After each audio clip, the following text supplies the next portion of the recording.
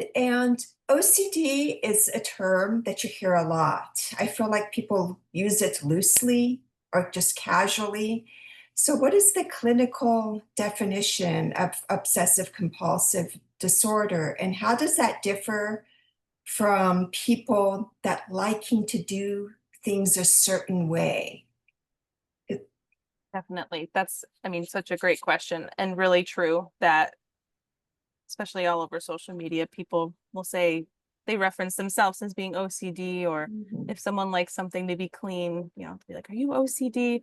Um, but in a clinical sense, OCD is defined as having obsessions, which are they come in the form of like intrusive thoughts, um, that are like very unwanted, distressful. And the compulsion part of OCD are the behaviors or acts or rituals that someone will engage in almost without really wanting to. There's a very strong urge to do those things to help relieve the stress or anxiety from the obsessive thoughts.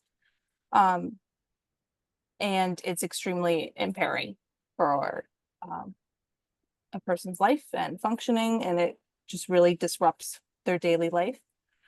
Whereas someone who likes something a certain way or wants things to be clean, everybody has their preferences and their quirks, but those things don't lead to impairment if things aren't that certain way or aren't in their preference.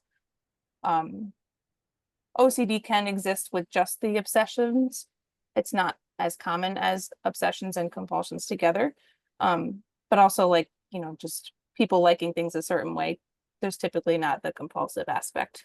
So there is a big difference. And I think more people are kind of calling out other people when they say that something is OCD or that they are so OCD, because it can be pretty insulting to people who truly have a diagnosis.